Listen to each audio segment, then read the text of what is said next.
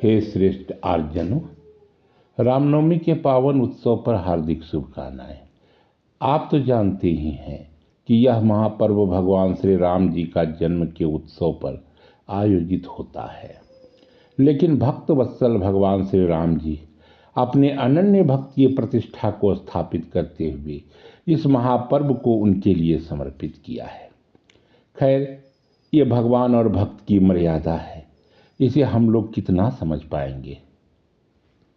भगवान और भक्त अनन्य हैं, एकाकार हैं, अद्वैत हैं। तभी तो ये कहा जाता है कि जल में कुंभ, कुंभ में जल है, बाहर भीतर पानी, फुटा कुंभ जल जल ही समाना, यह तत् कहो ज्ञानी। आर्यजनों, भगवान और भक्त ही एकाकार महिमा से इतने अनंत बन जाते हैं कि कुछ कहा नहीं जा सकता है। भगवान बिना भक्त भूखा, तो भक्त के बिना भगवान प्यासा। भगवान संसार के मालिक हैं, तो भक्त उनके हृदय एवं भाव के मालिक होते हैं। कहीं भगवान की सेवा में भक्त उनका दास होता है, तो कहीं भगवान ही प्रेम बस भक्त का दास बन जाते हैं। राजा बलि का दास बनना क्या कम था?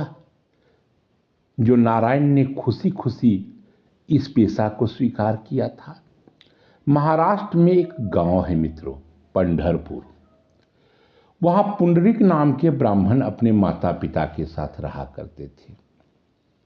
माता पिता की सेवा में उन्हें नारायण की सेवा नजर आती थी। कालांतर में उनका विवाह हुआ।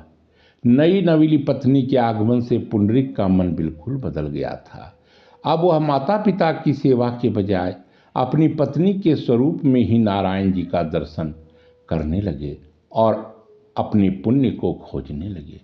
बूढ़े माँ बाप भूखे रहें कोई बात नहीं, पत्नी की खुशी में ही अपने आध्यात्म को तृप्त करते हुए वो देखे जाते थे।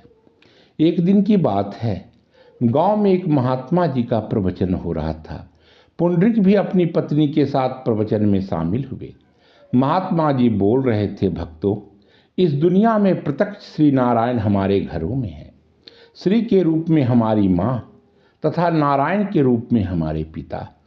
हम उनकी सेवा को छोड़ मंदिर मंदिर श्री नारायण को ढूंढते फिरते हैं। यह हास्यास्पद नहीं तो और क्या है। मृग के नाभि माही कस्तूरी, बन बन फिरे उदासी, यही तो हम करते हैं। शायद महात्मा जी का ये प्रवचन पुंडरीक के अंतर्ज्ञान चक्षु को खोल दिया। वे समझ गए थे कि श्री नारायण की भक्ति पाने का रहस्य क्या है। घर लौटकर उन्होंने अपने माता पिता की खूब सेवा की। इतनी सेवा की, पिता की सेवा से परम पिता प्रसन्न हो गए। पहुंच गए पुंडरीक को दर्शन देने। जब विष्णु भगवान पुंडरीक के पास पहुंचे, उस समय पुंडरीक अपने माता पिता को सुला रहा था। भगवान बोले, पुंडरीक, मैं नारायण हूँ, तुम्हारी भक्ति से प्रसन्न हो तुम्हें दर्शन देने आया हूँ। इस पर पुंडरीक बिना सिर घुमाए इशारे से उन्हें समझाया कि मेरे माता पिता अभी सो रहे हैं, उनकी नींद में खलल न पड़े, अतः आप दरवाजे के पास पड़ी ईंट पर खड़े रहें। मैं इन्हें अच्छी तरह से सुलाकर आपसे मिलता हूँ। आर्यजनों, कहा जाता है भगवान नारायण तब से लेकर आज तक उसी ईंट पर विराजमान हो भगवान विठोबा बन गए। भगवान की महिमा वो ही जाने। कहीं उनको जूठे बेर पसंद आता है, तो कहीं विदुर के घर का साधारण सा साग। सुदामा के आधे दाना चावल से उनकी क्षुधा तृप्त हो जाती है, तो कभी द्रौपदी के बटुआ में बचे एक कतरा अन्न से। भक्त वत्सल भगवान जो ठहरे, उनकी महिमा अनंत है। तभी तो कहा गया है, हरि अनंत हरि कथा अनंता। खैर, अब हम अपने प्राथमिक विषय की ओर लौटते हैं। आज का विषय है भगवान हनुमान जी का भरा पूरा परिवार, सुत सुता रमणी एवं पंच भ्राताओं का अमूल्य संसार। हम सब जानते हैं कि भगवान हनुमंत लला शुद्ध ब्रह्मचर्य का अनुपालन बहुत ही कठोरता से करते हैं। हर एक नारी को मां समझने वाले इस भक्तवत्सल भगवान की पत्नी भी है। पुत्र भी है, पुत्री भी है तथा 5 सहोदर भाई भी हैं। आर्जनों, भगवान श्री राम के अनन्य भक्त महाबली हनुमान जी की पत्नी का नाम सुवर्चला है, जो भगवान सूर्य देव की पुत्री हैं। पराशर संहिता एवं अन्य पौराणिक कथाओं के अनुसार हनुमान जी सूर्य देव से 9 विशेष विद्याओं को सीखने के लिए उनके पास पहुंचे थे, जिनमें से 4 विशेष विद्याओं के लिए विवाहित होना साधक को नितांत जरूरी होता है। सूर्य देव की इच्छा अनुसार सुवर्चला से विवाह किया गया। विवाह के बाद भी सुवर्चला सदा तपस्या में लीन रही तथा हनुमान जी का अखंड ब्रह्मचर्य व्रत बना रहा। हनुमान जी एवं सुवर्चला का विवाह ज्ञानार्जन की व्यवस्था में होने के कारण हनुमान जी गृहस्थ तो नहीं बन पाए। तेलंगाना के खम्मम जिले में हनुमान जी एवं सुवर्चला का एक दुर्लभ मंदिर स्थित है, जहां एक साथ दोनों विराजमान हैं।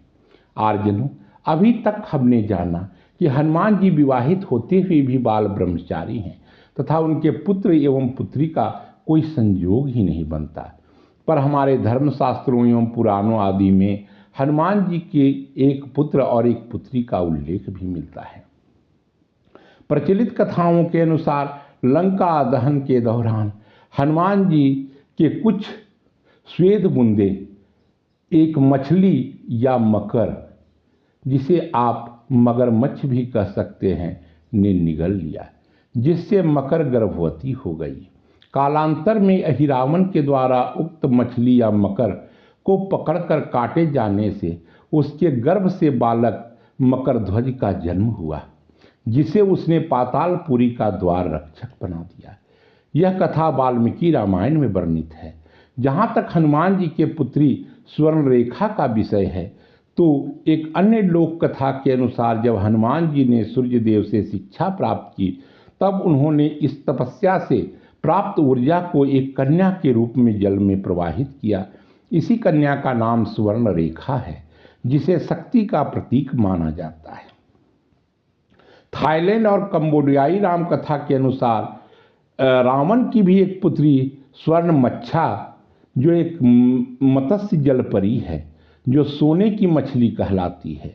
हनुमंत जी का परिवार है, रहस्य भी है तो 1000 ही होगा। खैर, अब हम हनुमान जी के 5 भ्राताओं की बात करते हैं।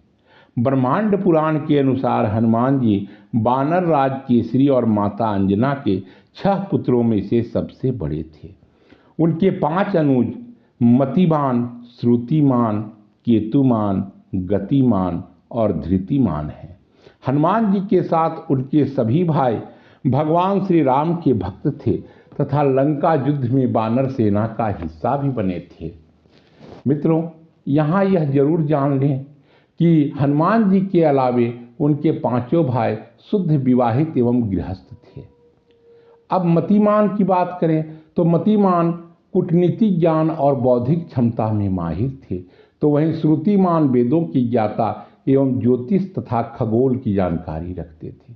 केतुमान अस्त्र शस्त्र से निपुण एक महान योद्धा थे, जबकि गतिमान अपनी तीव्र गति एवं ऊंची छलांग लगाने की क्षमता के लिए जाने जाते थे। धृतिमान धैर्यशीलता से जुड़े थे। हे आर्जनों, हमारे धर्मशास्त्र हनुमान जी के कुछ और भाइयों के विषय में भी बतलाते हैं। इनमें पवन पुत्र भीम एवं दिव्य खीर ग्रहण करने से भ्राता बने भरत तथा लक्ष्मण जी को भी आध्यात्मिक हनुमान भ्राता की संज्ञा मिली है। वैसे हनुमान जी की भ्राताओं की चर्चा ब्रह्मांड पुराण में वर्णित है। हे सत्यपथ के पथिकों, हमारे धर्मशास्त्र ज्ञान से परिपूर्ण हैं एवं हमारे लिए सत्य के मार्ग को प्रदर्शित करते हैं। हमें सदा सत्य पथ में ही गमन करना चाहिए, क्योंकि महाजनों येन गतः सह पंथा, हम अपने आदर्शों के सापेक्ष चले। धर्म धारण करने से जुड़ा एक विषय है, अतः हम सदाचार को धारण करें। हम सत्य एवं अहिंसा तथा मानवता को धारण करें। बस सीताराम सीताराम सीताराम कहिए, जाहें विधि राखे राम ताहीं विधि रहिए। आप सबों को हैप्पी रामनवमी। धन्यवाद।